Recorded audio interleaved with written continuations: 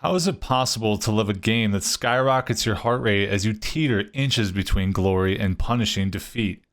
For the last 6 months, I put in around 800 hours into the Cycle Frontier, dropping down to the planet of Fortuna 3 hundreds of times, experiencing everything the game has to offer. As a huge Escape from Tarkov fan, I immediately felt at home with the Cycle Frontier because it embodies the same high-risk extraction shooter gameplay that I've grown to love. There have been some ups and there have been some downs, but nonetheless, I'm still very much drawn to the game. Now you may be thinking, how can I trust a YouTuber that predominantly makes content for a game that he's reviewing? I mean, what if it's more like a job than a passion? While I do regularly make content for the Cycle Frontier, it is by no means a chore, and my passion for the game has remained high for nearly its entire release up to this point. For someone like me with experience in the genre, it was easy to pick up and get going, but for new players, there's a lot to take in. There's so many unique experiences in a game like this, it can be hard to wrap your head around the first time. The thought of losing all of your loot and loadout when you die doesn't quite make sense at first. But I earned these guns and this gear. Why am I being asked to replace them? Why am I being punished? It's been so ingrained in our heads by all the shooters from our past that we would respawn without penalty. However, the Cycle Frontier challenges the typical formula of your standard first-person shooter in many ways. Players descend down to a dangerous, persistent planet where every creature and every enemy player is trying to kill you. Players are always dropping in with the hopes of completing important missions and leaving in their extraction ships with highly coveted loot for character progression.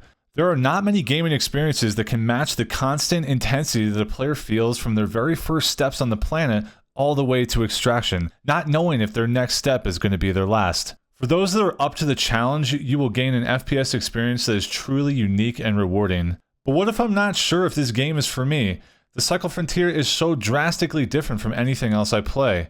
Well, you are in luck. The Cycle Frontier is free to play, and I know for me it's such a great feeling to know that I can try a game for free and then decide if it's something that I want to spend my time playing. Most of the monetization in the game is cosmetic, but you do have the ability to buy starter packs and a battle pass, which do contain some basic gear to help you get started, but nothing that gives a lasting advantage or could be perceived as pay to win. You might be thinking, well, is it realistic that I could start playing the game this long after its game release? I mean, surely everyone will have all the best gear and I'll definitely struggle to survive.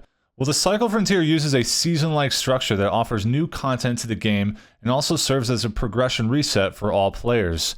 At the start of Season 2, all players were brought back to an even playing field and are now playing through the campaign missions and exploring all the new content that was added. So as a new player, your early game weapons and gear will be on par with everyone else, and for returning players, what you learned in previous seasons will be tested as you race to discover new content that has been added. I remember dropping down to Fortuna 3 for the first time and being in awe of how beautiful the planet was. The attention to detail put into the maps was quite something remarkable. There is so much discovery and unknown as you begin to make your first few drops. The Cycle Frontier came out guns blazing, capturing the curiosity of millions of players and a peak of more than 40,000 concurrent players on Steam. But as reviews started to come in, there became a glaring problem that was taking over: cheaters. It is fair to say that every competitive online game has cheaters to some degree, but there is no denying that the Cycle Frontier got hit really hard in its first season. Big names in the gaming industry like Shroud were constantly running into cheaters seemingly every raid. Soulless human beings that cheat at a video game to get an advantage exist to some level, but what was happening to the Cycle was more than that. The driving force was real money transactions, or RMTs. In a game where your extracted loot is so highly coveted, people are willing to spend real money on websites like eBay to get their hands on the most powerful weapons and gear. And the supply of valuable items is quickly gobbled up by the cheaters and then sold to anyone dumb enough to pay for it.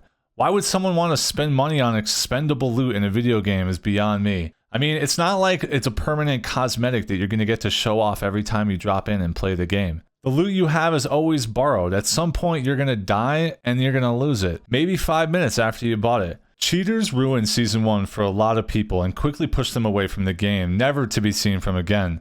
The developers at Jaeger know what cheating has done to their game, and they are dedicated to rebuilding that trust with the player base. With Season 2 came some new enhancements to the anti-cheat for the game. The two biggest ones of note are ping restriction and trusted status queue. Ping restriction makes region hopping and other ping-based foul play more difficult, and trusted status queue has been implemented to give players with an older account age and purchase history their own queue to play against each other. This helps protect players against hackers spamming new accounts every single time they get banned. As someone that is passionate about the game, I felt it necessary to be real with you about the player experience during Season 1. But if you never played the Cycle Frontier, or you were one of those players that got fed up with all the cheating, trust me when I tell you that these new features have made a huge difference. So is the Cycle Frontier worth playing? You know, people range from gaming every waking hour to just a few hours a week, and regardless of where you land on that spectrum, you want to know that the time you spend will be worthwhile. After all the time I spent playing and covering the Cycle Frontier, it's always been such a fun-filled adrenaline ride, despite everything that it's had to endure to this point. If you played the Cycle Frontier previously when the game was under fire, then I highly encourage you to drop back in. And if you're on the fence about playing the Cycle Frontier, you won't know what you're missing until you try it. And since it's free to play, there is really no reason not to give it a go, and who knows, maybe we'll cross paths during our adventures on Fortuna 3.